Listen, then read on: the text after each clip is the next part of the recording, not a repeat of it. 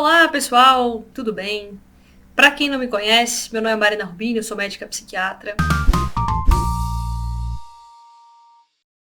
Neste vídeo, quero conversar com vocês sobre ansiedade, que é um problema moderno muito comum entre as pessoas, que invade a vida de muita gente. A OMS, que é a Organização Mundial de Saúde, estima que no Brasil haja cerca de 20 milhões de pessoas que sofrem de transtorno de ansiedade. Isso equivale a uma aproximação de cerca de 10% da população brasileira. É muita gente ansiosa. Olha, se você perguntar no seu círculo de amigos, no seu trabalho, enfim, nos ambientes que você frequenta, se você perguntar, olha, você se considera alguém ansioso? Provavelmente a pessoa dirá que sim. É raro encontrar alguém que fala, não, sou tranquilo, sou calmo, nem sofro por antecipação. É raro isso. Por quê? Porque o estilo de vida moderno, o nosso cérebro não está acompanhando esse estilo de vida. Esses novos modos de pensar, agir e sentir, as novas formas de se relacionar, de trabalhar, enfim, de viver. Nosso cérebro está com dificuldade de adaptação. A gente está aprendendo ainda a controlar tudo isso e a entender como tudo isso funciona. E é natural que nesse processo de adaptação as pessoas ainda sofram um pouquinho, né? Bom, é natural também dizer, e é evidente, que a ansiedade ela não é em si um problema, tá? Ela não é. A ansiedade ela é, pelo menos em tese, no começo de tudo, um sentimento, uma emoção, melhor dizendo, básica do ser humano, instintiva, capaz de fazer com que a pessoa se planeje. Então você imagina, estar preocupado com o futuro, com o que vai acontecer e tal, nos faz nos planejar, para que a gente dê conta da nossa vida, para que a gente se antecipe a futuros problemas. Então eu vou me planejar, né, vou fazer uma festa, então eu tenho que mais ou menos estimar o número de convidados, eu tenho que ver quanto de comida e quanto de bebida que vai ser necessário providenciar, eu vou ter que fazer o convite com antecedência para as pessoas, eu vou ter que contratar garçom, eu vou ter que, enfim, fazer confirmação da presença. Então você vai antecipando as tarefas para que as coisas saiam dentro do previsto, né? Claro que vai ter uma variação ali de problemas que podem acontecer, mas no geral as coisas saem dentro daquele previsto. Então, a ansiedade, ela tem essa capacidade de nos fazer planejar o futuro em alguma medida, tanto quanto isso é possível.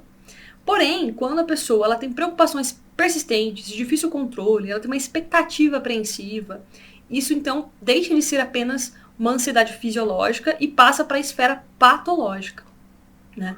E é isso que eu, como psiquiatra, estou acostumada a tratar no consultório. Pessoas que sofrem realmente de maneira significativa, muitas vezes com sintomas físicos, sintomas somáticos. Ou seja, tem a ansiedade psíquica, que é essa preocupação, que é esse medo, que é essa angústia, que reverbera muitas vezes no corpo também. Coração batendo forte, né? Aquilo que a gente chama de taquicardia, palpitação, muitas vezes falta de ar, muitas vezes tremores, sudorese, muitas vezes constipação oscilando com fezes diarreicas, essa alteração do hábito intestinal, enfim, sentimentos que a pessoa vai perder o controle da situação, que vai enlouquecer, tudo isso envolve aquilo que a gente chama de ansiedade, né? Então, assim, eu tenho percebido essa demanda no consultório. Eu tenho percebido que é uma crescente, principalmente nesse período pós-pandemia, em que as pessoas ficaram mais fechadas em casa, as pessoas tiveram uma vida social diminuída, uma vida laboral diminuída, tudo mais restrito, e agora que as coisas estão voltando, muitas pessoas estão mais ansiosas. E um componente também que a gente percebe é que a mente do ansioso ela tem núcleos de catastrofização, ou seja, ela sempre pensa no pior das situações. Então, vamos imaginar uma mãe ansiosa em relação ao seu próprio filhinho. Ela pensa, meu filho vai pra escola, ele vai ficar doente todo mês, o que pode ser possível. Mas ela não pensa só isso. Não, além de ficar doente todo mês, ele pode internar. E se ele internar, e se ele morrer? E se eu não dar conta de pagar mais o plano de saúde?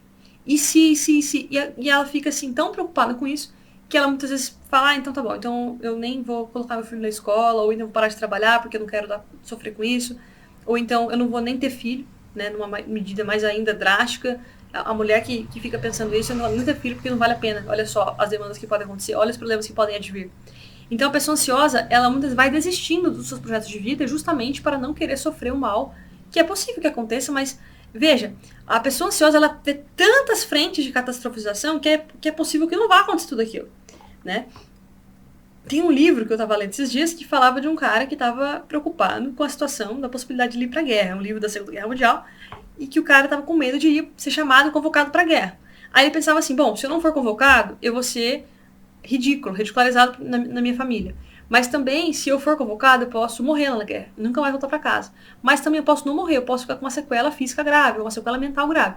Então veja, todos esses cenários que a pessoa ansiosa criou, eles anulam um ao outro. Porque se ele não for convocado para a guerra, ele não tem como ser ao mesmo tempo convocado para a guerra. Se ele for convocado para a guerra e morrer, ele não pode ao mesmo tempo ter uma sequela física ou mental grave. né? Então, assim, veja como que a nossa mente ela é poderosa, porque ela cria situações imagináveis que podem nem acontecer, mas a pessoa já criou e já sofreu por tudo aquilo, né? Então é isso, assim, a ansiedade patológica tem esse componente, tá? De ser preocupações persistentes, de difícil controle, que muitas vezes abarca várias esferas, então a esfera de relacionamentos, de finanças, trabalho, né? Muitas vezes a pessoa, então, desiste dos projetos que pensava em iniciar por ter medo das situações que podem acontecer. Por exemplo, não vou nem me relacionar com ninguém, então eu vou viver a solidão porque os relacionamentos podem dar errado. Você vê, a pessoa já antecipa toda uma catástrofe, né? Além disso, gera fadiga, inquietação, irritabilidade, aquele sentimento o tempo inteiro de estar incomodado com algo, né? Muitas vezes a pessoa também pode ter insônia, essa dificuldade de dormir, de iniciar o sono, de manter o sono, ou aquele despertar precoce, a pessoa lá acorda 4, 5 da manhã, né? O despertador nem tocou ainda e ela já está acordando. Além disso, também a pessoa pode sofrer de problemas de dor crônica, né? Fibromialgia. Ela pode sofrer também de problemas cognitivos, então dificuldade de manter atenção, de memória, por conta de ter esse componente mais ansioso. Tem dificuldade de se concentrar prolongadamente, tem brancos às vezes quando vai fazer prova, tem dificuldade de emagrecer porque come compulsivamente. Enfim, a ansiedade, gente, ela abarca uma esfera imensa de sintomas e que as pessoas precisam resolver, tá? Bom, primeira coisa que eu quero colocar aqui. Algo que a gente estuda na residência de psiquiatria é o seguinte. Tem um gráfico, imagina um gráfico de U invertido, né? Então, U invertido, assim. Aqui na linha X, na coluna X, a gente coloca nível de ansiedade. E na coluna Y, a gente coloca nível de desempenho e performance. Então, imagina, uma pessoa que ela tá no zero de ansiedade, ela não tem nada de ansiedade. É uma pessoa geralmente apática diante da vida. Porque ela não se planeja para as coisas. Porque ela não tem aquela ansiedade boa que nos coloca em movimento. Então, essa pessoa performa mal. Ela tem um nível de desempenho baixo também. Ansiedade baixa, nível de desempenho baixo. Agora, o outro extremo, ansiedade alta. Pessoa que é extremamente ansiosa, se preocupa com tudo, com todos os detalhes, tem uma alta exigência em relação a si mesma, ela tem um nível de perfeccionismo muito aumentado. Essa pessoa geralmente sofre muito e, ao mesmo tempo, ela performa mal. Porque é uma ansiedade paralisante. Você querer que as coisas estejam todas sob seu controle, a nossa vida não está totalmente no nosso controle. Né? A gente tem que tolerar algum grau de incerteza. E a pessoa que não tolera essa incerteza, ela vai sofrendo com isso. E ela vai performar mal, porque provavelmente vai ficar paralisada diante de tudo isso. Né? Então veja, o nível de ansiedade mais adequado é aquele mais mediano, é aquela mais justa, naquela justa medida, em que a pessoa consegue ter uma ansiedade produtiva, no sentido de se planejar, de se organizar, de fazer a coisa acontecer, de se colocar em movimento para que as coisas caminhem na vida, mas que ela consiga também ter um pouco de lucidez para não deixar passar do ponto. Então nem a menos, nem a mais. Então ela fica no centro. E desse modo ela consegue ter um nível otimizado de performance e produtividade. Né? Então, essa curva do U invertido, como eu estava dizendo, aqui bem no meio que a gente tem justamente a melhor parte de ansiedade, a ansiedade média e também a performance ideal. Tá? Então era isso que eu queria colocar para vocês. Bom, existem uma série de medidas para a gente controlar melhor a ansiedade. Né? Então, assim, a gente tem desde medicações para pessoas que têm quadros ansiosos mais moderados a graves. Essas pessoas possivelmente vão precisar de medicação psiquiátrica, muitas vezes. Ou, se não, vão precisar, pelo menos, para quem tem quadros mais leves a moderados, de terapia cognitivo-comportamental, trabalhar aspecto da cognição para desfazer percepções, distorções cognitivas, conseguir lidar melhor e vencer a preocupação, conseguir vencer aquele projeto de vida muito obcecado, muito obsessivo em relação à perfeição. Vai conseguir tolerar mais o erro, tolerar a incerteza, tolerar algum grau de angústia. Vai conseguir também, através da terapia e técnicas de respiração, técnicas comportamentais, como lidar com sintomas físicos, como não catastrofizar, como não pegar um sintoma. Né? A pessoa se sente um leve desconforto físico, já pensa na pior doença, então como não fazer esse movimento cognitivo nessa via.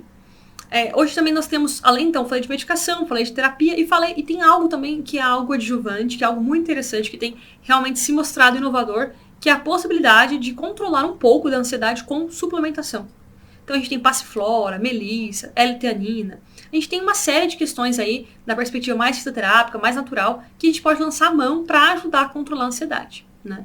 E como eu falei, sem dúvida, a ansiedade, ela também compromete a cognição. Então, às vezes, se usar um suplemento que favoreça uma melhor atenção, uma melhora da libido, né? A ansiedade, ela inclusive prejudica a esfera sexual nos relacionamentos, né?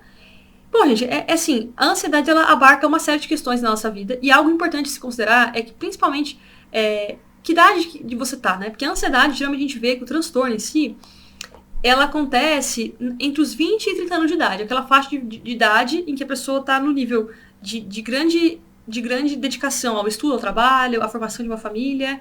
E esses conflitos internos e externos podem favorecer a ansiedade, né? Os adultos jovens, então, têm sintomas mais fortes. Porém, se a ansiedade começou ainda na infância, adolescência, quanto mais cedo se manifesta, mais chance de ter maior gravidade e de ter outras doenças associadas, mais comorbidades, mais depressão. Imagina uma pessoa que fica a vida inteira pensando no futuro, preocupada com as coisas, ela tem maior chance de deprimir, sem dúvida, né? E é isso, com a meia-idade, com a experiência de vida, os sintomas tendem a remitir ou pelo menos declinar em termos de intensidade, tá bom? Por que a pessoa é ansiosa? Muitas pessoas perguntam, a ansiedade tem cura? E a ansiedade ela tem motivo?